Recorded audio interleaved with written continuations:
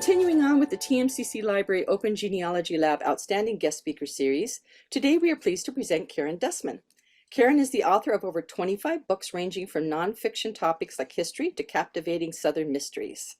With multiple careers behind her, including as a former criminal prosecutor, full-time freelance writer, and hands-on home builder, Karen swears by the joy of not always taking the straight and narrow path. She's fascinated by people's stories and has helped compile more than 2 dozen family histories, some as short as a page, many others a full book long. She's the author of Writing a Memoir, From Stuck to Finished, a step-by-step guide to writing family history. And she hopes that this talk will encourage listeners to not wait in getting those life stories down on paper. Karen's talk today is about her own lessons from writing family history, what she's learned from doing so many family histories, including the obstacles she had to overcome, tips for possible publishing options, and where you might want to share your own family history once it's completed. So I'd like to offer a warm virtual welcome to Karen. Thank you, Sue. And thank you so much for having me on this podcast. I'm really excited about it in the class. This is one of my absolute favorite things to talk about. So thank you again. And thank you all for being here. So I write all kinds of different things. As we talked about before the class started today, I'm a little bit ADHD, I think, and I tend to write about the things that I'm interested in at the moment. So I've done books about cemeteries. I've done 6 or 7 novels by now. I've written books about the forgotten tales of Carson Valley, local history here where I live, near the Carson Valley. But I've also helped with about 2 dozen, I think, oral histories over the years. And the picture on the left shows just a few of the ones that I've done. Some of them were turned into books. Some of them were just compiled as a typescript for the family. But those are just a fascinating thing for me. I love doing family histories. And I also wrote a book about how to write a memoir, as Sue had mentioned. But you know the story about a cobbler's children never have their shoes. And it took me until 2023 before I finally published my own family's history. And that's the picture on the right. That's the book that I produced for my family. So I'm hoping that some of the lessons that I learned as I went through all of those processes will help you get your family stories down on paper as well, because I think it's really important. So in terms of how I got started, I think my interest in family history really was mostly spurred by this lady, who was my Aunt Ruth. She was my mother's older sister. She was 11 years older than my mother. She was born in 1913, back before women had the vote, at least where she was living. And isn't she just, you look at that picture and you think, isn't she just somebody who has a story to tell? She was married to the fellow on the right, who was a gold miner up in the hills up in Idaho. And there's a long story behind that that's really kind of a fun story. But I loved my Aunt Ruth, and she was the one who got me most interested in family history. I'd been tangentially interested, I think, for many years. I had talked to my dad a little bit about his service in the war. He had spent some of the war years in India, for example, and I got him to identify the pictures that we had in the family album and the places that they were in India. And we went to a family reunion of his side of the family in Miami, and we would share family photographs, and I'd hear people telling stories. But at one point, I started interviewing my Aunt Ruth by phone. She lived a long distance away from me, but I would pick up the phone, and Wednesday became Aunt Ruth Day for me. And she would talk, and I would actually take notes on the computer and transcribe what she was saying. Luckily, she talked really slowly, and I type really fast, so that worked out pretty well. But at 80 years old, she was my oldest living relative, and I really wanted to get those stories before they were not available anymore. And I was so grateful that I did what I did and wrote it down when I did. And I just filed those notes away. It never became a book.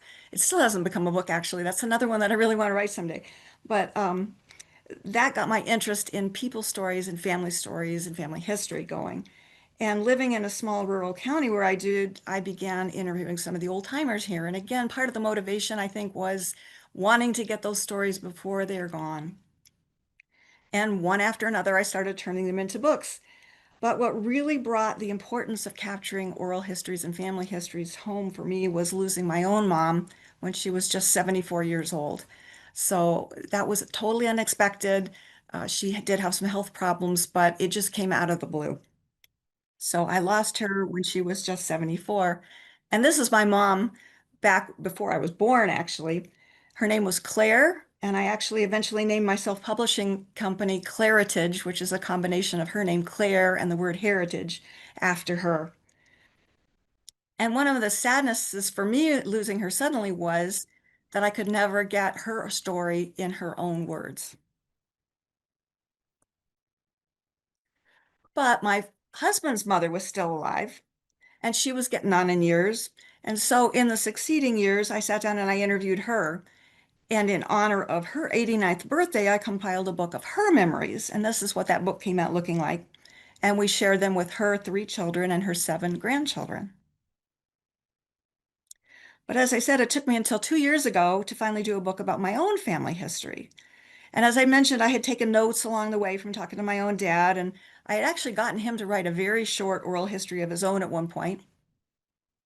And for my mom's side, I had notes and information that I'd gotten from my Aunt Ruth, but I didn't think I had anything at all of my mom's oral history, at least in her own words.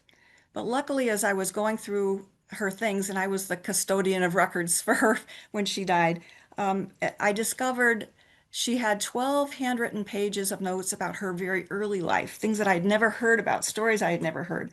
Her early life growing up in a small town in Oklahoma, her going to college, meeting my dad. And also, luckily, she had saved an awful lot of family letters back and forth. So she wrote to my aunt about meeting my father and what she thought of him the first time she met him, things like that. So I had many family letters and other things, and I was from those 12 handwritten pages of notes, I was able to include many details in this book that I otherwise would never have had. So lesson number one in doing family history is don't wait. Of course, never really know how much time we had left, and I had never expected my mom to go so suddenly. But also with my husband's family, we did that book with her when she was 89 years old and she was able to tell stories. And she lived to be 97, but just 3 years after I sat down with her and captured the stories I did, she was unable to remember what those stories were. So even if you're not ready to start writing yet or tackling a whole book, you can start preparing. And that's my first lesson. Take notes, tuck them away somewhere, gather all the material that you have, put it somewhere safe, save photographs. Ask for more photographs from family members if you have a chance or if there's a family reunion. At least in my case, it eventually became an all-consuming project for about 6 months to write that book. But I had been preparing along the way, of course, in different ways. And even when I started writing oral histories of other people, there's some magic, I think, in getting older. There's some magic, I think, in learning to know the questions you want to ask other people if you're capturing their story. Um, I had developed the skill of making books, which has been incredibly useful for me. I had developed a skill in how to write. I had developed some skills in how to research. And most of all, I think I had some perspective to bring to it just as an older person. And I think that's valuable as well. So prepare while you can, even if you're not ready to start actually doing the writing yet. And don't discount the value of simply jotting down some notes. In my own case, those 12 handwritten pages of notes that my mom left me turned out to be a real true treasure. So what happens if you don't have anything from a parent's own words? Nothing at all. And that does happen. One of the family histories that I worked on involved exactly that. It was a ranching family, and this is their ranch. And the children of the mother and father, who were kind of the focus of this ranch. They wanted a book documenting their parents' history, and they had lots of lovely photos like this one. They remembered a lot about their mom and dad, and they remembered about a lot about the ranch, but they didn't have anything at all from their parents' own words. But they did remember the stories. And so what we did as a sort of a workaround was we all sat around a big table in 2 or 3 different sessions, along with several very close friends of the family, and we just talked. And they recounted the stories that they remembered their mom and dad telling, including of their parents' parents and generations before. And they recounted as much of the family history as they were able to remember. And that's what we captured and put in the book, along with a wealth of family pictures. It wasn't perfect, of course. There may have been mistakes that kept in. There could have even been factual mistakes. We don't know. But it did preserve the family stories. And one of the best things for me about it was that it came out sounding exactly like it would if you were all sitting around a table telling stories about what they remembered. So I wanted to talk a little bit about basic tools and format. Like I said, I type really, really fast, which has been one of my biggest assets.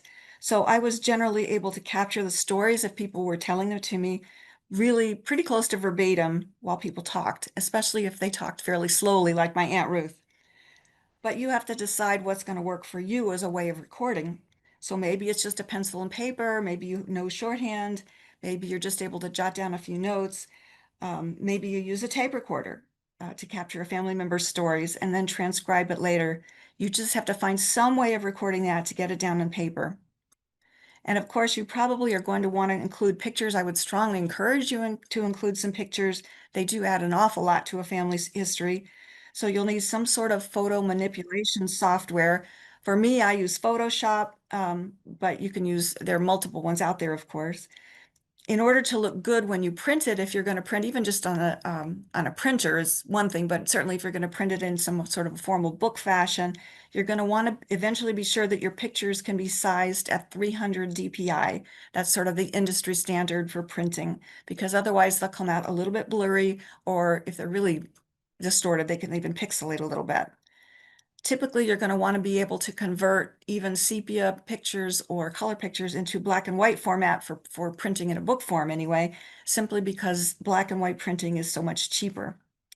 The good news for book printing is that when it comes to covers, most book printers don't really charge you extra for using color on the cover. So you can make good use of that cover real estate if you have photos that you really like and you want to show them in color to show off even just a sepia print tone picture like I did on my family history, for example. To lay out a book, you're going to need some way, of course, to design the pages. I use a program that's a professional book publishing program called InDesign. It is made specifically for book layout. It's made specifically for publishing, but it's definitely not a beginner's kind of program. There's definitely a learning curve, and there was a huge learning curve for me. You can, of course, just type it up in Word and it will come out looking pretty much like just a typescript, which is fine too. It won't look as pretty. It's sort of the difference between a document that you have that's been printed off your home printer versus picking up a book that really looks like it's been professionally prepared. They both are readable. They're both fine in their own way. So whatever works for you. But all you really have to be able to produce at the end is what's called a PDF file. That's the format that you're going to want to be able to export. So any word processing program or software that can produce a PDF will technically work if you're going to print your book. You'll also eventually need a cover design of some sort, and it's going to have to be laid out in the correct size to be the whole cover wrapped around your book. And again, it's going to have to be eventually a PDF to be able to upload it to the printer. I use Adobe Illustrator, or I use sometimes Affinity Designer. Those are both very powerful programs. They come with a learning curve, but they do a beautiful job. Most self-publishing book printers, meaning book printers that are used to dealing with self-publishers, have templates on their websites that will help you to do the cover. And many of them also have tools on their website that will help you even just create a basic cover. Another design option that you could check out is called Canva. It's canva.com. It's online. It has a free version as well as an upgraded subscription version. They do have some templates as well right there and some images that you can use and images you can pay for if you want to incorporate them on your cover. Some things that you might want to think about including in your family history or your oral history. Just things to think about, whatever fits for you. Sue and I had talked about citations. It's really helpful to include your sources for data, anything that other researchers may eventually want to find later. So newspapers that you found newspaper articles about, and especially if you've mentioned them in your oral history, a census, for example, if that had interesting data in it, other published books that you may have consulted. You may also want to include some sort of a basic biography in the beginning with the, I call it, name, rank, and serial number information, birth, death, marriage, burial place.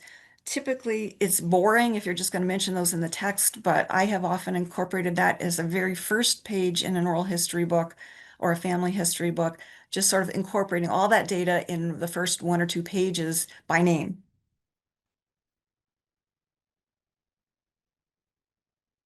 You probably want to include, or you want, at least want to think about including what I call unrecorded data, something that about the family that may not be anywhere else at least that's easy to find for other researchers or other family members. So, for example, my father's mother is buried in one of the old cemeteries in Miami, but she's buried in an unmarked grave. And I was able to get data from the city actually manages that burial place, and I was able to get a map where they showed where her burial was, and I just included that map as well on Find a Grave so that people could find it later, and I mentioned it in the oral history. You might mention, for example, a street address where the family lived, if that would be otherwise difficult to find. You might want to include family medical history as well. That can be very helpful for descendants if you're comfortable mentioning it, including, for example, mental health or addiction history. And one other thing that I think is really fun to include, and a couple of families have done that in the books that I've helped with, is family lore or sayings. Sometimes handed down family recipes or traditions, special holiday observances, things that they did to commemorate certain holidays, for example, or family sayings are really kind of interesting. Sometimes we, I think, hand down our family values through the things that we say. So in my own family, my mother would say, make yourself useful as well as beautiful. And that was her way of saying, don't just be a pretty face, have something to share with the world. Or in her case, it usually meant come and help me with something in the kitchen. But family sayings can be a fun thing to incorporate just in a separate page at the back of the book, for example. In terms of printing options, there's lots of different ways to print and do self-publishing these days. The biggest one, which you probably have heard about, of course, is Amazon has many, many books out there, and they have a self-publishing arm called KDP, which stands for Kindle Direct Publishing. That was how I had my family history printed, for example. It has the advantage of being one of the cheapest ways to go. It's also really helpful because you can have single books printed one at a time and drop ship them to family members. So, for example, I uploaded the book to Amazon and then I ordered copies one by one and had each one of them shipped directly from Amazon to the family member. You still have to be able to design the book, but Amazon helps you with templates. They have lots of helpful FAQs on their website. They try to make it as easy to use as possible, and it's free to upload your book, which is great. The good news there is, of course, as I mentioned, you can order one or two books at a time, although you do pay for postage on them. You can also order what are called author copies, in which you're only because you're ordering them as the author, you pay only for the actual cost of printing, not the price that you would put on it if you were selling them on Amazon. The bad news for them is if you want to order them in bulk. So, for example, I had one book that I did that was actually not a family history, but I wanted to have books in stock for myself to sell to people. And I wanted to order 50 books. And I tried to order 50 books from KDP Amazon, and I got 50 separate envelopes in the mail. And I tried it twice, and it happened twice. And it was not a real good thing because they package it in the little bubble wrap things that come in the mail. And for a single copy, usually they come through okay, but I had about half of that 50 books that I ordered came through so damaged I couldn't sell them. So for ordering in bulk, they may not be the best option. They can come through kind of bashed in the mail. When you go through KDP and Amazon, you do not need to have an ISBN number. That was one of the questions that Stu asked me specifically to talk about. To publish through them, you don't have to go through buying the ISBN number. They assign what's called their own ASIN number, which is an Amazon Standard Identification Number for free to the book, which allows Amazon to be shown as the publisher, which really doesn't matter to a self-publisher very much usually. So that's just fine. Digipod is the second one that I mentioned up there. I've used them a lot for my other books. They do a really great job on the printing. It's a little bit higher quality printing, I think, than you get with Amazon. At least that's my personal take on it. Um, they, I use them for, again, ordering in bulk. You do, again, need to have a print-ready cover and interior files ready to upload. They don't do a lot of hand holding, although they do have staff if you have questions or have a problem with something. You have to be able to upload your own PDF files of the text and the cover, but they take it from there. They do a really great job. And one of the things they do really well is their quality control. So I've had at least two occasions where I made some mistake on my files and they caught it for me and they called me and they said, "You've got a problem, you need to fix this." So I really appreciated them for that. They have a minimum order of 25 books, so you probably don't want to use them unless you are planning to give books away or sell books away to your family, for instance, or if you have a place to sell them. You do have to order at least 100 at a time to get free shipping, and that can be a stumbling block. So just be aware of that. But you can also pay for shipping, and it's not really that prohibitive. They box them up well, they come nicely protected, and they do a really good job. YouBuildABook.com is the site that I used for my husband's mother's book. They're pretty well geared to self-publishers, as you can kind of guess by the name. They're a little bit more expensive, I thought, but they did offer a really specially what's called a coded paper, which is a specialized paper for book printing that's especially good when you have a lot of photographs. So it's not quite a glossy look to it, but it reproduces photographs especially well. And I really liked how that book came out. Bookbaby.com is another option you might want to check out. They have a lot of different services available a la carte, so you can pick and choose what you want them to help you with.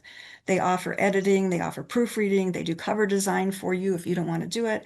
They have lots of free templates, and they do assign you a book rep when you start a book order with them. So they give you some hand holding along the way, which is good. They're a real full service printing company. They do everything, but it's not the cheapest way to go. So you pay for what you want and what you need with them. They do a really great job. The end result was that I've seen from them has been really good. If you want to go with a totally budget option and you don't really want to print a hard copy of the book, you can also issue your book as an ebook. And KDP is typically the one that people go to for doing ebooks as well. Although you can also publish ebooks through Kobo and Nook. And again, it's free to upload your files for all of them, which is really nice. The difference here is that you need to be able to create an EPUB file for them, not a PDF version. Kindle has a tool for that conversion, which is called Kindle Create, which will take a regular Word document, a docx Word document, and will convert them for free into a reflowable ebook version. But I personally really like real physical books, especially for memoirs or family histories, and for just to have to give to family and to hand down through the family. Sue asked me to talk a little bit about recovering the cost of your printing if you do print books. We, for example, in my family, we just paid to print them and ourselves and to ship them to family members. We didn't have that many family members that made that cost prohibitive. Again, you can order books from KDP Amazon using their author copies option, in which case you only pay for the actual printing cost for them. It came out to us to ship them and to print them for about $12 to $18 per book to ship to family members. If you have lots of extended family or you just want to let them pay for their own, you can also do that on Amazon. You can upload it to Amazon and just put a price on it, and people can go to Amazon and buy it and order their own copy that way and pay for it. I think realistically, this is one issue that is kind of hard to talk about, but a lot of people say I have a really wonderful story to tell. I have a great memoir. I have an interesting history. I had an interesting medical history. People would always tell me they wanted me to write my story. Realistically, it's hard to tell people this, but it's very, very hard to make money on a memoir or a family history or an oral history. Selling books, of course, normally involves marketing. So unless you have a pre-existing platform or some sort of sales network, even the most fascinating family memoirs or personal memoirs typically don't sell very many copies. So that's the bad news. If you're really, really, really on a budget and you don't even want to have to print a book at all, don't discount simply compiling nicely Xeroxed pages into simple 3-ring binders. It's not really one size fits all. It's what size fits you that's really most important. So if a book printing and all of that formatting seems overwhelming, consider just typed pages that are compiled into a loose leaf notebook. The form doesn't matter nearly as much as getting that story down. I keep going back to those 12 handwritten pages that my mom left me. Those were absolute treasures. So whatever format it's in, if you can get it on paper, that's wonderful. You can always improve or go back or add to it as you go. I just encourage people to please start someplace. This is my dad. Like I said, he'd served in the military in World War II in India, which was kind of an unusual place to be serving in the war. And that lets me talk a little bit about where you can share your book when it's done. So you may want to consider sharing your book, not just with family and friends, but to consider a legacy that means something to other people as well. For example, specialized archives. In my dad's case, I shared these pictures and his story about serving in the war with an online historian who preserves data specifically about the very little known China-Burma India theater of World War II. And that meant a lot to me to be able to have them up there, and it meant a lot to him to have those pictures as well. And of course, there are lots of other military museums and archives you could consider as well. There are local historical societies, if particular places are mentioned, for example, or places where your family lived. In my Aunt Ruth's case, she had lived in a really interesting town and in a small town where she grew up. And she had mentioned in the things that she told me, the stories that she told me about several prominent people in the family, in the town's early history. So I shared a typescript of her comments about that with them, with a local historical society. You might also consider sending a copy to organizations that your families belong to or to universities or colleges they attended, if those are prominently mentioned in your book. So, for example, in my family, my mom and dad both went to Yale School of Music, and we sent a copy of some of their history to the Yale School of Music. And actually, they printed a part of it in their alumni magazine, which was really fun, and also to the college where my dad taught for 40 years. You can also consider uploading your stories as memories on the LDS Church's Family Search website. And Sue also found a link where the LDS Church has a library and you can donate oral histories to their library as well. So I'm hoping Sue will include that in the links for this talk today. And the other thing that happened with me with pictures and other things was I was going through family treasures. I had to kind of consider whether some of those treasures actually belonged elsewhere. So my mom, for example, was instrumental in helping save the railroad station in my hometown. And I sent framed artist sketches that she had collected to a local historical archive there that honors that particular historical building. So where do you start if you want to start your own oral history or a family history? Well, the first thing I've obviously crossed off because I don't think it's important to go chronologically. And I think it sometimes actually hurts your flow or your train of writing to feel like you have to start at the beginning and write through to the end. Maybe that's not what you're most interested in writing at the moment. Maybe that's not where your mind is focused. That's not where you want to start. It doesn't have to be chronological. You can always rearrange it later. That's the wonderful thing about word processing programs. So don't feel it has to be chronologically written. Don't feel it has to be perfectly written either. You don't have to be a professional writer to get things down on paper. In fact, some of the best and most interesting stories in my own family's oral histories and my husband's family's oral histories were stories in his mom's book where she has very imperfect grammar and she gives a very down-home account of what it was like in a very simple childhood. So it doesn't have to be a professional writer's tone to everything. I do hope you'll start with something that's sparking your interest. That's a little light bulb off to the right. I think it's important to write about what you want to write about at the moment. And excuse me. And I think when you start writing, there's a flow to that. So if you start with something that's easy for you to write, it will be easier to go on to other stories that may be a little more difficult to tackle. So start with a story that you want to tell, something that sparks your interest right now. One very easy place to start if you really kind of don't know what to do, you can always start compiling that basic data that I talked about, the name, rank, and serial number, birth dates, birthplaces, the names of your parents, the full names of everybody. I hope you won't get hung up on that data. That's very important data. It's very important to genealogists, I know, but it's a place to start compiling things if you really don't want to think stories yet. Because ultimately, stories are really the heart of what a family history is about. It's not just names, it's not dates, it's about telling those stories. And when it comes to telling stories, I think curiosity is your best asset. I was one of those who absolutely hated history in high school because, to me, at least when I was growing up, it was taught generally as a fairly meaningless collection of names and dates and battles. And it wasn't until I got interested in the people who'd come before me that I got interested in history at all. So it was like, wait, these people had real lives. They were real people. They had marriages that went south. They had financial troubles. They struggled to make a living.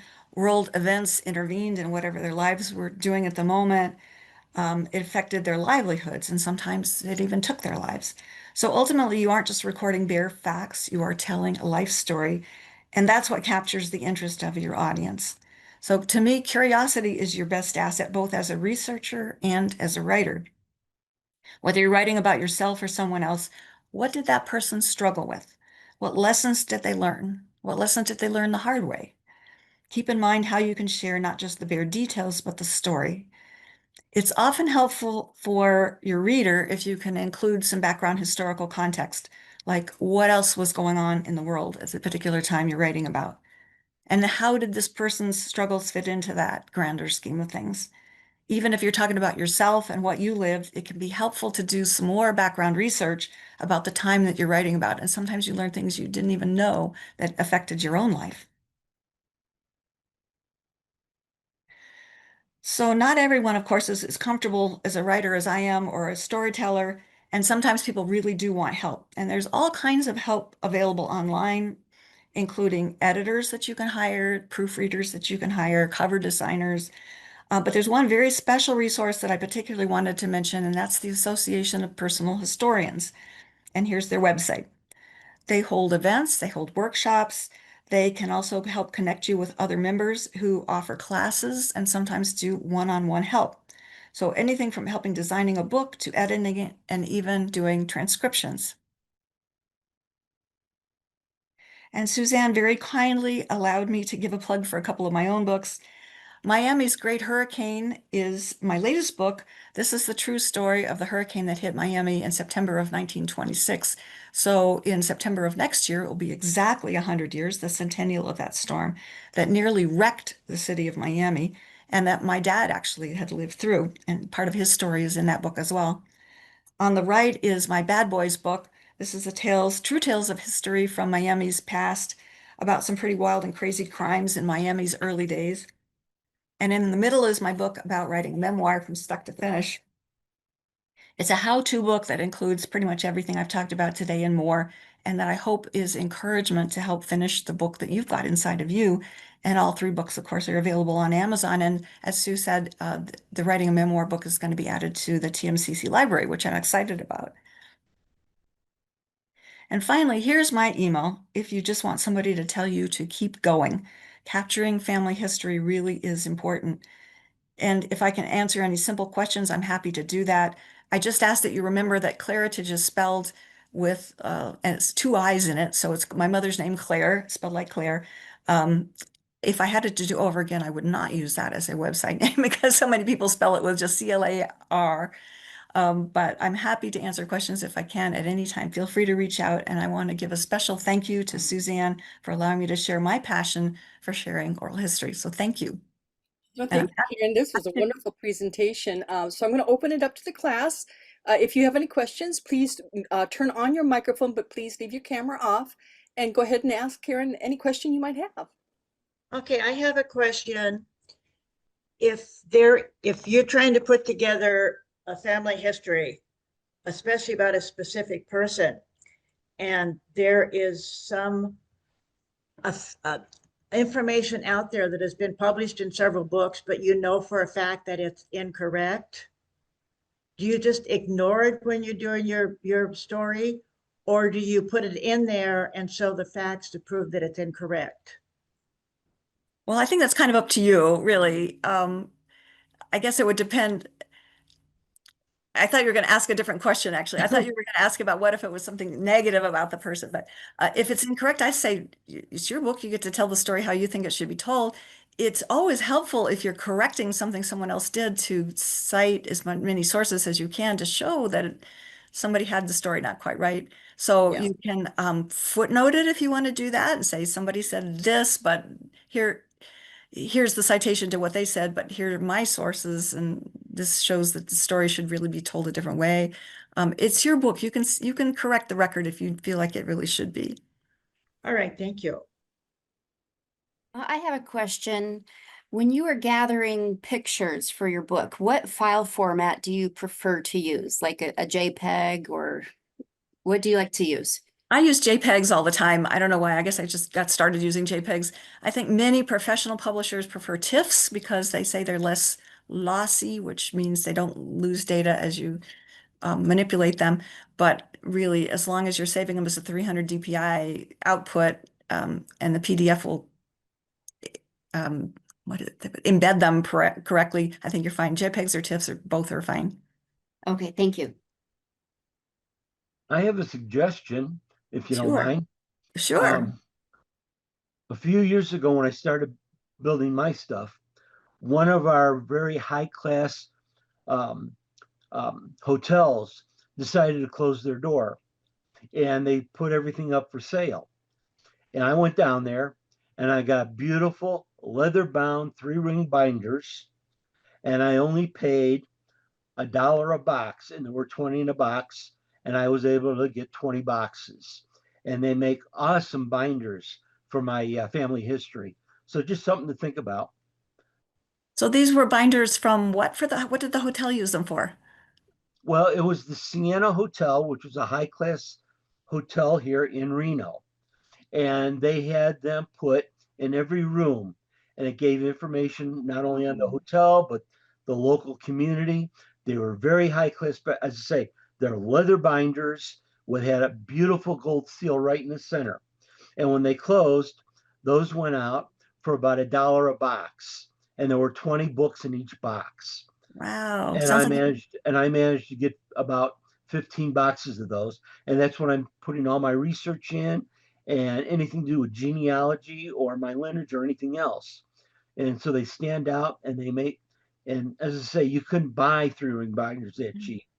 sounds like you got quite a deal. I love 3-ring binders for research as well. And I was very fortunate. I live here in a particular county, and one of the county offices was throwing them away, these big, beautiful, the big wide binders, and they asked if I wanted them. And so I've got shelves and shelves and shelves. I love 3-ring binders for research. It's wonderful. Well, it's just a thought. If anybody knows of a place that's shutting down and they're selling everything off, go down and check it out. You find bargains you just wouldn't believe. Thanks. That sounds good. Karen, Bill from Texas put into the chat box, I'm curious why one of your books credits Kay Dustman rather than Karen. I don't know. I don't know. I One don't of know what the- book that one of- was, but maybe it was one of the earlier ones. I don't know. One of the people in the class emailed me earlier today before class started, and she had looked in our book catalog and she was confusing you with another author named Karen Dale Dustman.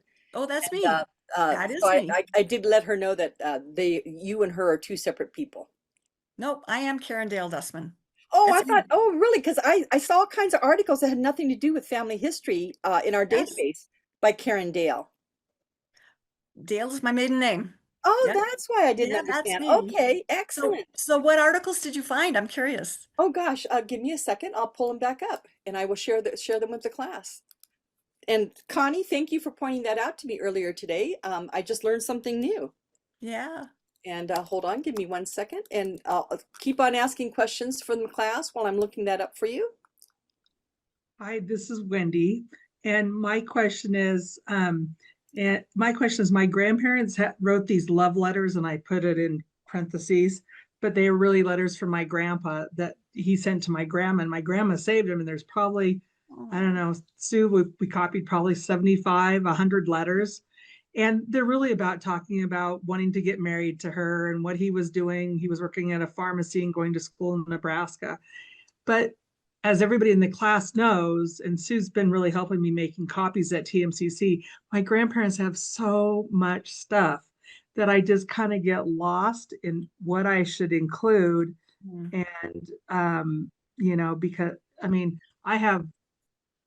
if Sue can, comment on this, that we've copied a lot of things for their family. We have deeds, we have abstracts, we have school reports, we have a list of the classroom rolls, with the old picture of the teacher on the front with the name of the pupils inside, newspaper articles, land maps that show how family all lived I can connect all four legs of our family in that one area on my paternal side. So I'm just, as you can tell, I've just got a lot of stuff in my head and that I can put in, but I want to get something down because it's actually my grandparents' 100th anniversary was at the end of Oh, May. oh, that's And so I sweet. really want to do it, but I just haven't gotten there. But so any guidance, any ideas? Yeah, I can totally sympathize and relate to that. Again, as I said, I was the family custodian of records for my mom's stuff, and we had, I think, 6 or 8 boxes of stuff in my office for uh, you know, well over 6 months. And it can be overwhelming, the amount of paper. My mom was a paper saver, and it sounds like your family, you've at least been able to compile the paper for a huge family archive. And it really can be overwhelming. I found myself separating the boxes into by family, so my mom's family and my dad's family. And then within that, I separated it chronologically. Again, I was not trying to write it necessarily chronologically, but I separated it by decades, and that helped sort of sort things a little bit. And I separated it by big events in their life. So my dad's military stuff went in one folder, one section within the box. Their college years went in one year's section of the box. So I picked major topics that helped organize the boxes a little bit. And I separated photographs the same way. So they were separated by decade. It really helped to separate the photographs in particular by decade. And usually you can even look at pictures and kind of take a good guess, even if they're not dated, about where they should fit into the family chronology. So that helps. And you have to decide how much of that story you want to tell and how much is just part of the archive that's going to have to get passed on to somebody, whoever becomes the next custodian of those wonderful records that you've compiled. So the story part is one thing, and certainly the love letters would be wonderful to include. What I did with my parents' oral history, and again, I had this wonderful letter that my mom wrote back to her sister talking about, I've met this wonderful man. He's got curly hair. He's got the best manners. I really am in love with him. And I think we're going to get married. So I have this one letter in particular that was just really captured their early years together. I put almost the whole of that letter in the oral history, but the rest of it I just summarized. So you may want to consider doing something like that, where you're taking pieces of it, but not everything. Don't feel like you have to do the whole, you don't have to reproduce all of those letters, but you can take paragraphs of it or sentences of it that were really particularly meaningful or telling and include that. Um, I guess part of it is what kind of a story you want to tell. Do you want to tell just sort of the arc of where they lived, about them getting married? I mean, there are probably stories buried in those documents. Does that make sense? Yeah, it does make sense. And, and you're right. If I could take a summary of some of those letters, because literally some are like, my grandpa wanted my grandma to marry him, and yet she was afraid to go on the train. And the train from Phillipsburg to Lincoln, Nebraska, was like a 2.5 hour trip, but she was afraid to do that, Ah, and and she kept all of his letters, but suppose I don't know if she didn't write very many back to him, because he kept saying, "Send me more letters," and "Your loving Ira," and oh, and it's endearing. But I mean, he had one in there where he actually drew a picture. Back then they lived in in the college town. They would live in like a one-room studio, and he was mhm. trying to say of all these different places he went to find these places they could live and how much it was going to cost. And then he drew pictures of the Wow. places he thought that were really, Wow. that she would really enjoy, like the sun comes in this window and we could set our bed up here, and how we was going to buy furniture from somebody, on the cheap, which is, you Great know, stories. Those are great so stories. Those are great stories. So one thing I'm hearing from you is you're picking out things that you were most interested in that. And I think yeah, that helps you sort as well for telling the stories. Think of the things that struck you as most interesting and yeah. focus the stories around that. And the other stuff you can either summarize or even leave out. You can use them as sort of transitional things as well. In other words, you could put in a little sentence in the middle that said, and from here they went to such and such town and they eventually got settled in this apartment. You don't have to give all of the details, but you can make it really compact and shorten it and use transition sentences to kind of cut to the chase till you get to the next story. Right. Yeah. And then I even took my daughter back when we were looking at colleges, and we tried to find the drugstore that my grandpa worked at, which we think we found. So we have to reach out. Great. And we took pictures outside of the old drugstore, and then where the house that they, that he was talking about, and where he was living with his address, on the letterhead, it had been torn down. But so I even took it to the point where my daughter and I, so their great granddaughter, was really in the place, that they had had walked and Right. had been. So that was kind of fun. But yeah, but I want to tell that story, but I also want to tell their life story. So, and who knows, I can't just put some of the love stories at the end. It could be like a appendix or something in You there could do that. too. You could do that too. That's another way to do it. You can consolidate that at the end. Yeah. And just say that if you want, further details of their, the correspondences. My head just gets, I can just feel it getting all the gears going, but the gears aren't all stepping together, and how do I consolidate it? But I'm still uploading pictures. We have farm pictures, we have land deeds, we have Latin patents, the stuff from the Land Bureau, Bureau of Land Management. So it's going to be really fun because the culmination of the family in that one small town. And so, we own our family owned the local ice and dairy farm, which I still own the dairy farm. There is no dairy being produced there, but I still own the farmland. And so there's just a lot of history too that I'd like to give back to Phillipsburg, Kansas, and show them, the story of one of their legacy members of that community. So anyway, it's just, but I like how you say just take out summaries and little clippets, and you can kind of skip over some of the middle of it with a short sentence. I think you can. It's definitely a matter of overwhelm. You've got way too much documentation and data to make it easily presentable as a simple story. So you can use it, like you said, you can put things in an appendix. That's a good way to isolate it. You can, again, just consider it to be an archive. You're compiling an archive you may eventually hand over to maybe the Historical Society in that small town will want copies of all of that. Or certainly a family member will eventually want that, but not everything has to go in, and it's definitely a sorting process to decide pick and choose what you want to include in there. I'd say use your own instincts on that. You have a sense of what you're most interested in. Go with that. Yeah. And that's the thing is like, I'm doing this for myself to write it down for my grandparents. Yeah. Make a mark in the calendar today of these were the events that happened in the past. But, if I'm the one that looks at it and my kids and my grandkids, and that's all that looks at it, that's all that matters. That's right. That's it. It's not like I'm writing a book but it could be some history about, like my grandpa ran the drugstore, and then he sold it to this lady doctor in town who was very, very well known in this community. And so there's things that other people could pick from it, if they were doing research. But again, I think I have to remember I'm writing this for myself and my children. Right. That's right. Consider your audience. That's exactly right. Consider who you're writing it for. That helps. Okay. All right. Thank you very much. And I can have a series, right? I can write a series. Okay. There you go. You can keep going. That's right. Yeah.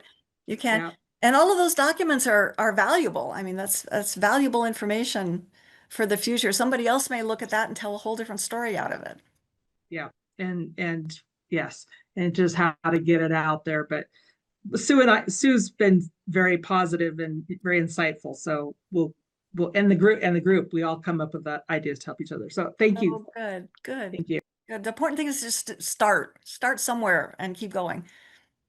Wendy, I just got a book in yesterday that I just cataloged into our book collection at the TMCC Library. Excuse me. And you might remember, I don't know, about a month or two back, we had a guest speaker who self-published her family's Civil War letters through a company called Lulu. And we got that book, we purchased it, and it should be on our shelf probably another week or two because I'm going to be off next week. so it won't be on the shelf next week, but probably the following week. And Wendy, if you want to come in, even if I'm not there, I can give you the name of the book and you can pull it, and it gives a really excellent example of how she took family letters and she wove it into a story about migration across the country, and included with maps, where her family migrated to, and also the maps of her Civil War ancestors' service. She tracks, not just with letters between the husband and wife of the Civil War soldier, but also she gives like the changing landscape, how communities merged and different counties were cut off other counties. But anyhow, she did a really excellent job of a published family history, self-published family history. And I think it would be an excellent example for you to look at, Wendy, because it includes letters and much, much more. So Okay. just reach out to Yeah. me, Wendy, and I'll give you the name of that book. You can go in and look at it at your convenience. Okay, that would be great, because helping minimize, but again, concerning my audience, I think is important, but that would be good to see. Thank you, Sue. Also, the book is really long. It's about 300 pages, which is Wow. kind of exceptional, I think, for a family history book. But and it was a little bit more on the expensive side for a self-published book. I think we paid $66 for it, plus shipping. So definitely a little bit more on the expensive side, but like I said, a really good example. Okay, I've got lots of questions too, but I want to keep the floor going here. Class, do you have any other questions for Karen? Okay, Karen, I have a couple questions. I have Oh, go ahead, Louise. a simple question. What do you do with all your original resources that are family documents, like the letters, your photographs, and you're creating something and making references to this original material? So what responsibility do you have to keep it forever? Or how do you handle that? Yeah, that's always a tough question, isn't it? So in my experience, usually you're talking about family documents and family pictures and things like that. There's usually one person in the family who's most interested in that. And in my family, that was me. And so I became the custodian of it. And of course, I'm getting up in years now too. So I have a niece, my sister's daughter, who is the next generation who's shown real interest in family history. And so when I finished doing the family histories of my family, I sent everything to her with the understanding that she's going to keep it and preserve it and hand it down to the next generation after that. So there needs to be somebody who's willing to take over. And not everybody has that, but usually in most families, there's somebody who shows an interest. At least you hope that there will be. So that, other than that, those are always tough questions. Like, where do you provide for those things to go? And I think you look for the place that's most apt to preserve them and keep them, and would find them appropriate for their own collection, I guess. It's a tough question. It's a tough question. A good question, though. I think that's something we've all Ah. asked ourselves, because people here in my class have spent incredible amounts of time researching their family trees. Yeah. And some people have children and some don't. Some have nieces and nephews and such. I'm that case myself. I don't have any children, but I do have some nieces and nephews that I'm hoping will one day pick up where I leave off. So yes, that's a question we all have to struggle. We all face. And I think the family search option is something you might want to think about. That's the only thing I can think about. They certainly allow you to upload the oral history where you compile at the end, and you can certainly leave data behind it. You can leave those little breadcrumbs of data trail as much as you can, and that will help future researchers. But for actual physical documents, that's tough unless there's some connection to, say, a military history or a military museum that might want them. I don't know where else would take a big collection of family history on a particular family. Some families are big enough that they have family genealogy groups, and you could maybe reach out to somebody like that. But I imagine that's a continuing problem for people. Karen, one of the things I've really encouraged the class to do is to do a StoryCorps recording. Because StoryCorps, you can record as many recordings. I think the maximum time is either 40 or 45 minutes per recording. But if you have those hours and hours and hours of recorded family history, Like I've been collecting oral family history recordings now for probably 20 years. So I have like many hours worth of recordings. Putting them all on StoryCorps is a free option, and you can do as many recordings as you want. And then of course you can put a link in Family Search or in Ancestry.com or MyHeritage, wherever you put your family tree, Wiki tree, or any of the many options that are available out there. And that way somebody can go right onto the StoryCorps website, and if as long as you've made that recording not private, as long as you've marked it public, anyone can listen to that. And it's a great place. Like, a lot of people simply won't ever get around to writing their family history. I mean, we'd like to all believe we will, but in reality, life gets busy and we all get sidetracked. And but I've always encouraged the class, put everything you have onto StoryCorps, or you can put recordings into Ancestry.com, you can put recordings into Family Search. I believe Family Search has a maximum, I think it's 5 minutes per recording, so it's not a lot of time. But obviously, like you said, you use the word breadcrumbs. You want to leave those breadcrumbs behind. And there are so many wonderful free options available for you to do that. That's actually a great idea. I hadn't thought about recordings as a way to preserve things, because I think partly because when I put a tape recorder on the table for people, they tend to clam up. But so I'm more geared for the print version of it, which you're right, a lot of people will never get around to doing. So that's a great opportunity, is to just upload an audio file. So to add on to Louise's question, so when you're going to give this stuff to your niece, so let's say you have all this material you've pulled together for your dad and your mom, and you're ready to hand that to your niece, are you giving it in that order, like you were telling me, where you put things together and by family, and where your pictures all in date order? Because my problem is it's a huge mess. I mean, it's just boxes, like you said, boxes and boxes of stuff. So you're going to give it to her in a box that has pictures by decades. And is that how you're giving it to her? I already did. Yeah. I put all the pictures in archival sleeves. I mean, I did it in as good a way as I could hand it down as possible. So the pictures are in archival sleeves. They're organized in the way I described, by decade. And the documents military documents are in one file and other things are in other files. So yeah, I gave it to her in a pretty organized form. And I assumed that she may or may not want to do much with it. It may get handed down to another family member sometime. So I just tried to make it as clean as I could. And it sounds to me like maybe sorting and organizing is where you need to start. Actually, that was a big part of what I had to do at the very beginning when I had so many boxes worth of stuff. It may be that organization is the first step for you.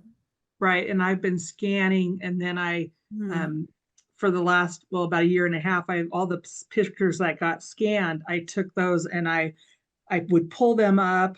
I would crop them, and then I would type if there was something on the back of the picture, then I would take on the front, then I would say, grandpa and grandma so-and-so's house in wherever it was located. Because I just am afraid that if, because you could send the front and back picture, but I'm afraid those pictures not always going to stay together. So that's why I just would put it up in the top, where it was out of the way, because I figure it was better to have the information on the picture and lose a little bit of the sky scenery, you know what I'm saying, and have the verbiage up there. And if I would say, this was written by their grandson, and I would put his name, because I can usually tell whose handwriting is on the back of these. Plus, people aren't going to be able to read cursive, and this is we talk about in class too. Right. Right. And so, but that's how I've been doing it. But maybe what I need to do is take what I have and organize it, and then scan it in groups. It helps to group it. It really helps to group it. And then you've got a more easily manipulable group of data. I would encourage you not to put on anything on the face of the photos. I don't know, that I don't think you want to destroy an original. I mean, even a scan of an original. I don't think you want to obscure things if you can possibly avoid it. You might check out Photoshop or some other photo software. Some of them allow you to put data in the metadata of the picture, so you don't. You can put file information in Photoshop, for example, that's part of the file that doesn't show up in the picture, but it's tagged to the picture, so you don't lose it. So there's other ways to do that. Okay. I guess I just, I just think of people that don't have those resources, but I guess as our Yeah. kids get older, they aren't gonna, I guess maybe Yeah. that's one thing a topic we could discuss in class, but Yeah. yeah, but it's just been the only way that I've been able to process it. And again, it's like I put it up in the white, if there was a Right. border around a picture, then I try to put it up in the top. But yeah, I Right. mean, it's not Not 100% what I perfect, really, but it's a way it's of not identifying it. perfect. That's important. Yeah. And I figure, because how many times do we have pictures of people that we don't know when we just go, I Exactly. actually have a file in there that says, I know it's related to this family. And I just say the family surname, and then I put unknown, pick photos. Right. So, And but sometimes eventually you figure that out. Those are fun. yes, Those are fun mysteries to solve. Yeah. yeah. At least We you're had- saving data. Mhm. My Yeah. sister and I were going through a group of pictures, and it said such and such a person and me, such and such a person and me. All these pictures, Henry, James, whatever, and me. Had no idea who me was. Oh my. Well, we found a picture of a man, and on the back in the same handwriting said, my husband, Gordon. Hmm. We knew who Gordon was. Okay. So it was my mom's half sister Oh, when she was young, and she looked nothing like when I knew her. wow. So it was just, so yeah, I understand that. And I was thinking, Wendy, when you scan it, if you leave a nice white border around the picture, then maybe you could put that on that white border.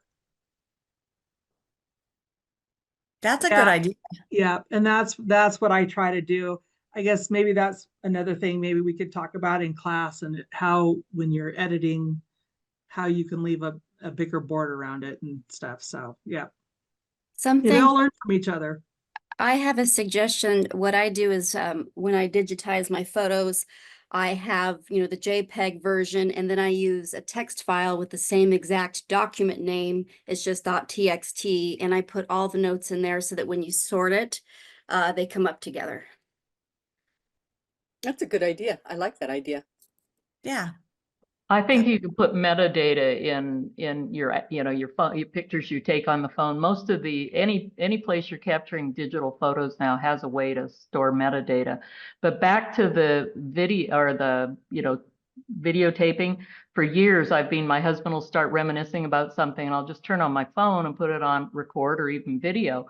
So I had all this stuff I'd collected over the years, and he got all enthralled with AI.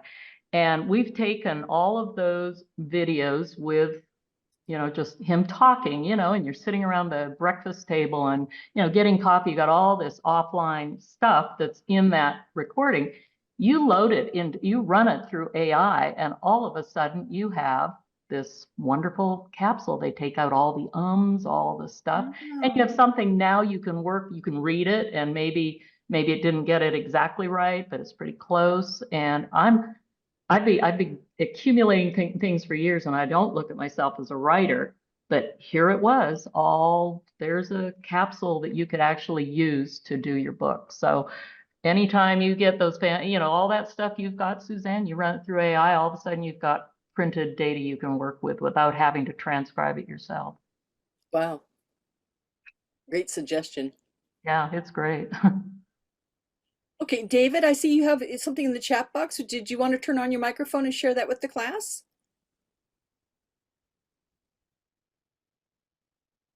Give him a second to unmute his microphone. Maybe he doesn't have a microphone. Okay, I'll just read it to you. It says, thanks again. I just finished my stories and my parents for my first cousins who are meeting tomorrow in Virginia. Letters written by my dad to his parents when he was in the Navy during World War II. That's exactly what he says here. One, thank his dad for the loan of, must have meant wanting to thank his dad for a loan for $25 so he could buy for his mom an engagement ring. Mom was a Navy nurse. Well, that's a great story, David. Oh, that's a good story. Definitely worth recording and preserving. So yes, that's a great story. Great. That's great. Okay, I wanted to share with the class, you asked about your maiden name, which I was not aware of. So I wanted to share that with the class to show them that we have all kinds of articles that our guest speaker today, Karen Dustman, has written. So give me a second, I'm going to share my screen.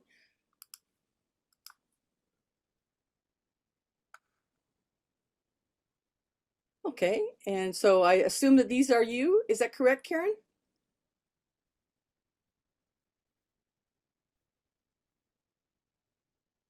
Probably, yeah.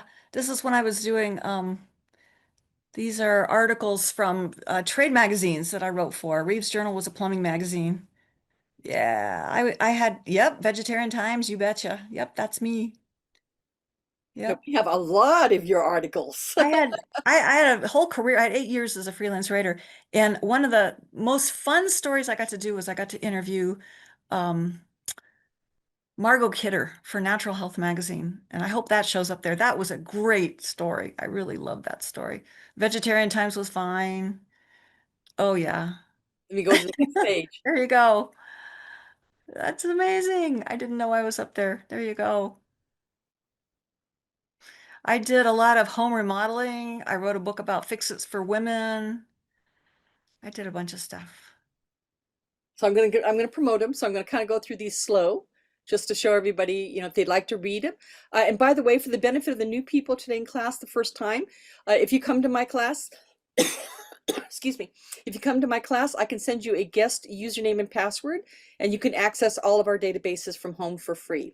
So There's Margot Kidder's story. That's Margot Kidder right there. That was a neat article. She was just the nicest lady. Oh, that one right there, the search that for one. sanity. Yeah, she was bipolar, and I have mental health issues in my family. So that one meant a lot to me. And she treated it with what was called orthomolecular medicine, and she was willing to talk about it. It was great. Yeah. So as you can see, we got 24 articles that Karen has written. Oh, wow. You can read at home for free. And like I said, if you're interested in getting a guest username and password to all of our databases, which includes all of our ebooks, by the way, as well, just shoot me an email and I will put my email address into the chat box for you. Hold on, let me stop sharing here. And let me put that into the email, to the chat box right now. So if you are interested in coming to my class every week and getting an invitation every week, or just getting into the databases from home, let me just put that into the chat box. Okay, I just sent it to everybody in the chat box. Feel free to share that with your friends. I do have a couple questions, but once again, I want to open it up to the class because I want the class to ask their questions first. Any other questions for Karen?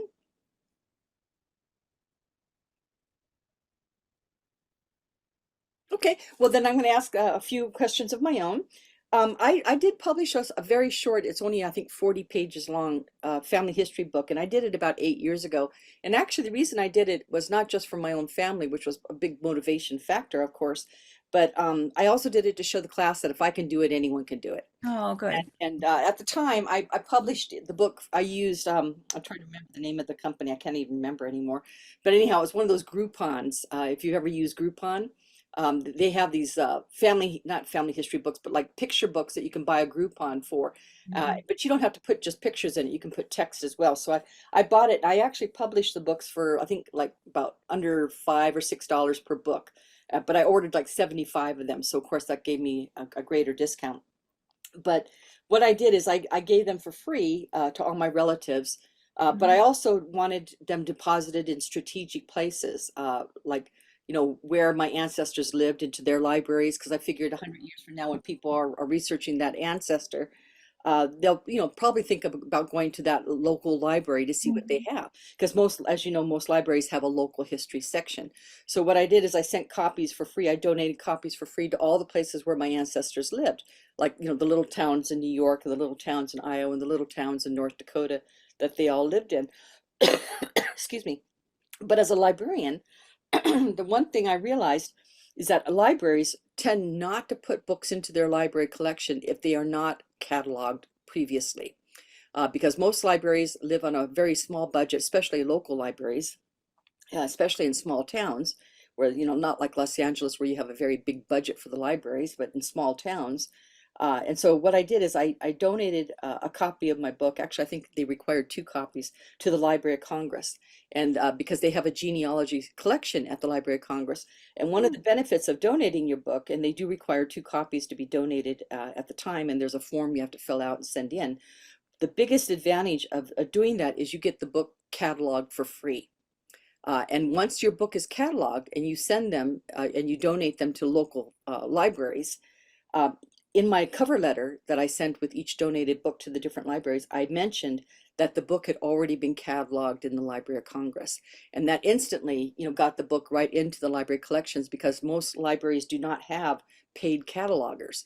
So they do what is called copy cataloging, which means that if the record already exists either in WorldCat or in the Library of Congress, they can just suck that record down right off the online application that most libraries have access to. And that book will get right away added into the collection. So I just kind of wanted to mention that if you really want that book to be accessible in libraries, you don't necessarily need that ISBN number, but you definitely need a cataloged record. And that, I can tell you as a librarian, is really, really, really important, because if I have to original catalog a book, that book's going to be put at the very, very end of the cart. And it's going to, there's going to be a million things that are going to get done before that book is going to be original catalog. Now, I can original catalog books. I've got a lot of years of experience as a cataloger, but most libraries don't have the benefit of that, especially small rural libraries. So That's a good tip. That's yeah, good to know. absolutely. And it made all the difference in the world. I think my book is now in at least 12 different libraries. But once again, thanks to that pre-cataloged record that I mentioned, it got that book right into the collection. Also, I have a question. You mentioned Amazon, and I had not thought of Amazon. And so I'm really, really interested. Now, if you put your book for sale, and let's say I don't know, let's say you're in your 70s when you publish the book, what happens to that book after you pass on? What happens to the book's sales after you pass on? That is a good question. That's a very good question. It's one I haven't navigated myself yet, so I don't know. Y- I know you can, you have intellectual property. You can pass along your intellectual property through your will or through your trust. You can take care of it that way. I'm guessing that's going to become more and more of a problem as the years go by, now that so many books are in Amazon, and they're going to have a way to recognize heirs to allow the royalties from those books to go to proper family members or whoever else you're giving them to. So it's something that's I'm going to have to navigate eventually. I know I have enough books up there. I really need to think about it. Yeah, that's a question I think we all ask ourselves, not just what happens to our materials after we pass on, who do we give it to, but Yeah, like I said, in the case of a published work, what right. happens to published work afterwards? So, okay, that's something maybe we can discuss further in a That would be good. Now, everyone has I believe after working with, students for so many years now in doing genealogy, I think everyone has an individual strength. Some people's strength is writing, some people's strengths are oral history. But I have seen some really wonderful examples in the years I've been teaching this class of scrapbooking family history. And is that something you've thought about? I mean, because, writing a book, is sometimes what would be easy for people and sometimes would be very difficult. But some people are just incredibly artistic. And I have seen some really great examples of preserved family history around the framework of a scrapbook. Actually, my Aunt Ruth did something like that for her kids. She did a This Is Your Life, a scrapbook for each one of them. And it was really beautifully done, and it was a nice idea. She put pictures of them in there, and like elementary school certificates or diplomas, things like that as well. So I have seen that done as well. I would be careful, sort of from an archivist standpoint, I would be careful about original documents. One of the things that she did that I think was really brilliant was she went to a place where you could do color photocopies of things, and she made color photocopies and then scrapbook those, and so that she wasn't destroying original documents. And that was another good idea. Yeah, that I agree with you on that, because nowadays you can copy things that absolutely mimics the original. Yeah, it looks so close. That's right. Yeah. There's a company called Forever that I just started working with to digitize some of my old family VHS tapes. They also do a lot of scrapbooking. So if anyone's interested in genealogy scrapbooking, of course, there's all kinds of websites and things that you can buy. But the really great thing about scrapbooking is now there's such an industry for genealogy that a lot of the scrapbooking materials that you can buy and put into your own personal family history scrapbook are really geared towards the designing of genealogy and family history. So, even if you're not that creative, it's not too hard to be creative anymore. I guess that's what I'm saying, because there are so many wonderful products available. And you can actually kind of merge the scrapbook and what I do, which is the more text version of it. So I did my own scrapbook version that mimicked what my Aunt Ruth did it for her kids. So with her family, um, pictures and maps and things like that. And I made a scrapbook, but I also included the text as like an insert. So you could read about it or you could look at the pictures as well. So you can kind of do both. Vicky, who is a librarian in New Mexico, just put something in the chat box. She said, as a librarian, I do not like uncatalogued books, but I love adding to my genealogy collection. Aw. So Vicky, as librarian to librarian, I completely agree with you. That's actually a good thing to know about. I had not thought about it from the librarian's point of view. I know that you can do cataloging and process, CIP. You can get a number ahead of time before you publish even. But I like your idea of donating a couple copies and getting it for free. So that's good. Absolutely, absolutely.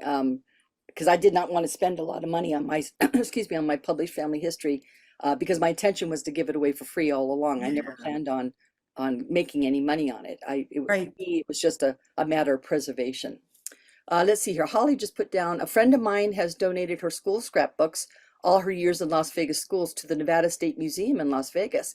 And Holly, you know what? I was just in my hometown a couple weeks ago, which is in Simi Valley, California.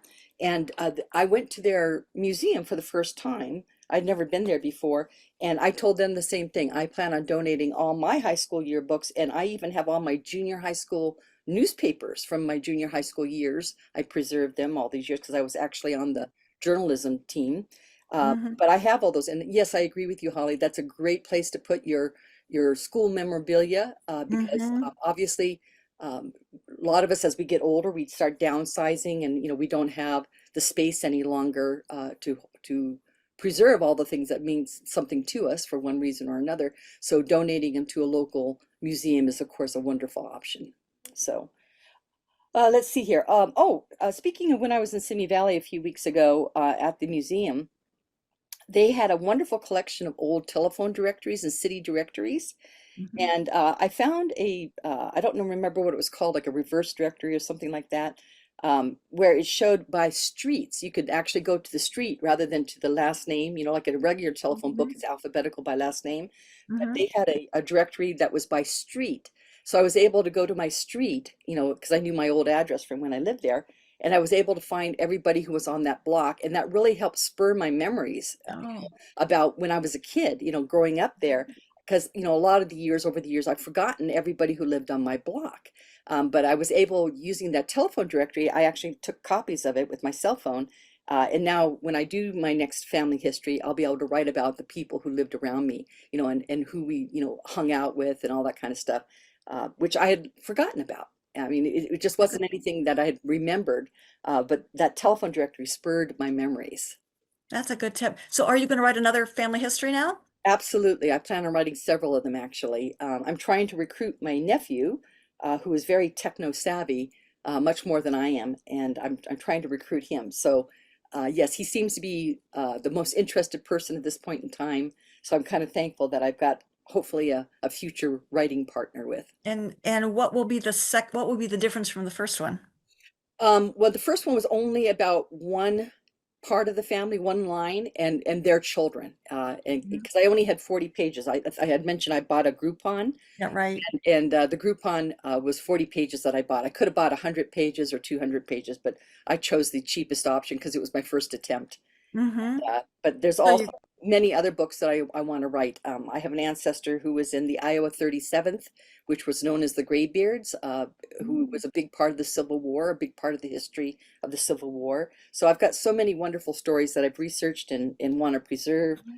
Just got to get that help. I think I just can't do it all on my own. mm-hmm. So that's interesting. You're going to write about different parts of your family in different books, and that's another way to break things up as well, and another way to narrow your focus. The one thing I learned when I published my book in paper 8 years ago, the one thing I found was when I gave them to my nephews, I gave them the hard copies. The first thing my nephews said, they said, Aunt Sue, why did you do it on paper? Why didn't you just do it digitally? And I thought to myself, wow, like I was totally not in that mindset, but I Mm-hmm. guess the younger generation really is totally into e-access. They're not really into paper access. That Chris, may now be that a might direction. change the older they get. I was going to say, yeah, it's easy to share that way. It's easier to share when it's digital, that's for sure. But I like having the paper to refer to. Yeah, I got to tell you, as a librarian, I couldn't agree with you more. I am Yeah. so into paper over e-books, but but we use e-books. I mean, let's be honest. Every day in my Right. research, I use them. But the ones that are most important to me, I buy in paper. I think there's a value to that. There's a perceived value to that too. Yeah. Absolutely. Okay, well, let's give the class one more opportunity to ask you some questions. Oh, Marlene, I see your hand is up. Go ahead, Marlene.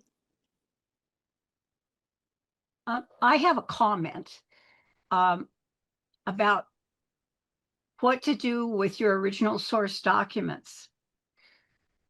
Some years ago, I was contacted by somebody who told me he had 42 documents, original sources from the 1700s.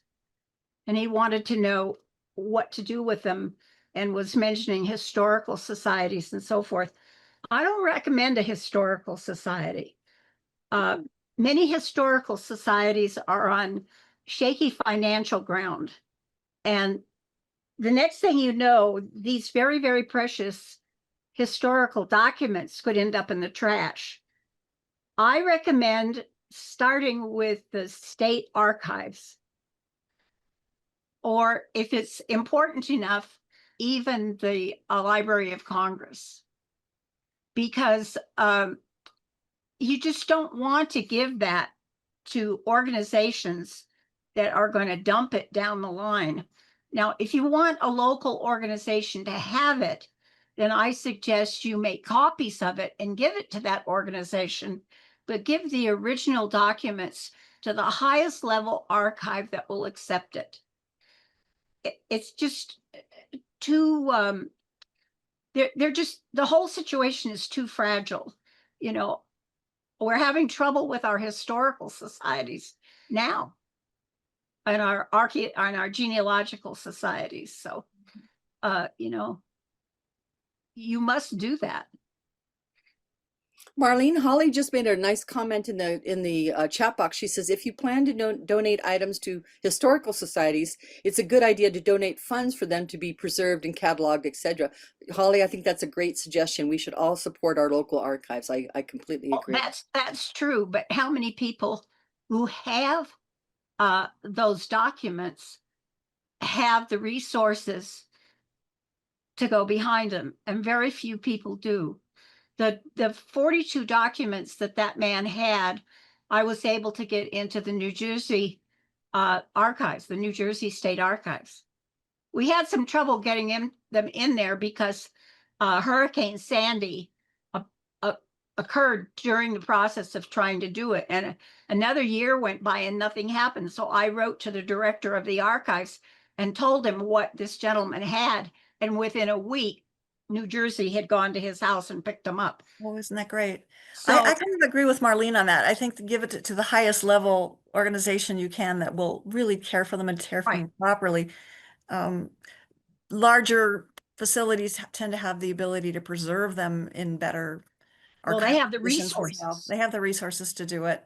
I don't think local historical societies typically dump things, but and many of them are nonprofits and will have requirements from the Secretary of State and other organizations that they have to give them to some other. If they dissolve, they have to try to find a good, but they can be on shaky financial ground. That's true. So copies sometimes are a good idea and a way. I've run into a situation where someone deposited, some researcher deposited a bunch of family group sheets in some historical society in vertical files. And they were cleaning out the vertical files and they were dumping all of these group sheets onto familysearch.org. Well, the problem was the group sheets were incorrect. Oh, dear. And they're on familysearch.org now. They're just junk. Yeah. I see DLB. Is that Dreama? Is that you, Dreama? That is me. Go ahead.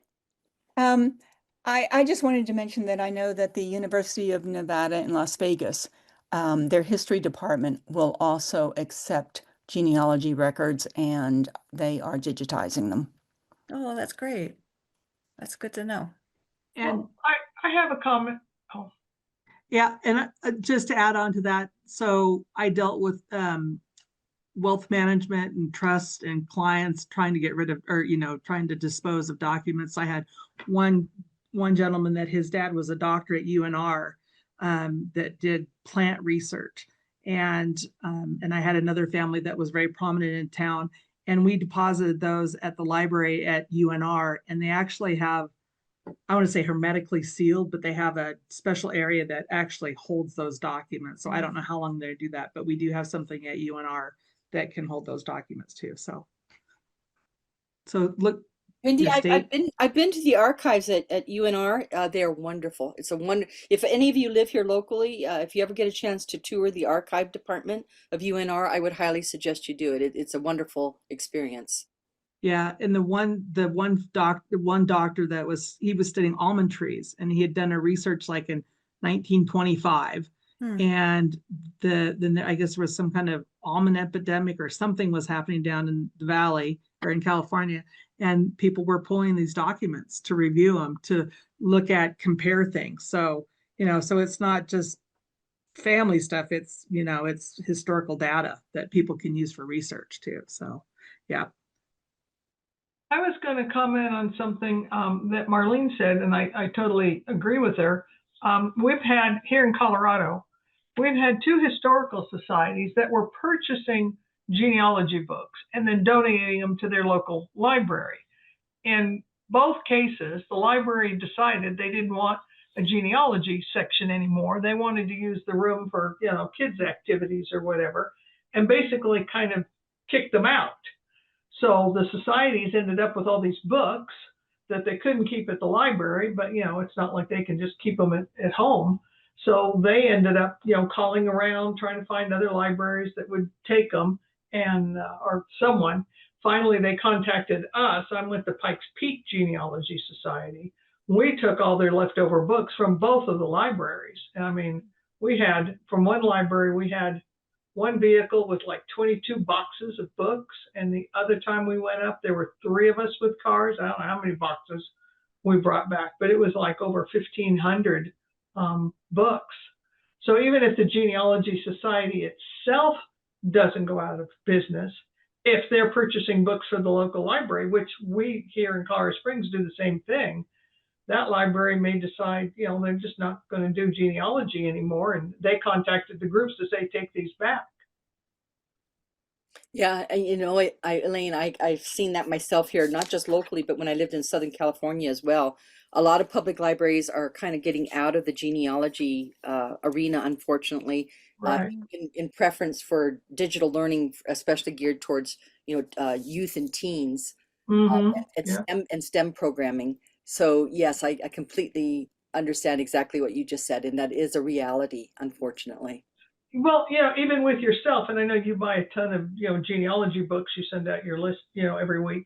You've been trying to grow your collection there at TMCC, but should you leave, or should the college, I don't know, decide to go in a different direction? Is that the sort of thing that even could happen with your place?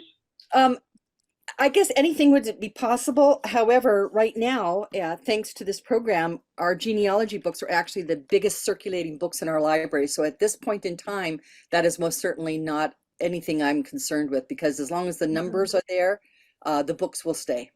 Okay, just wondered.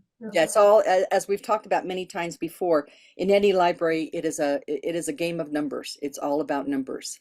You have to have usage statistics in order to justify space. Mm-hmm. So, okay, any other questions for Karen? If not, Karen, I will say thank you very much, not only for your wonderful presentation today, but also for allowing us to record.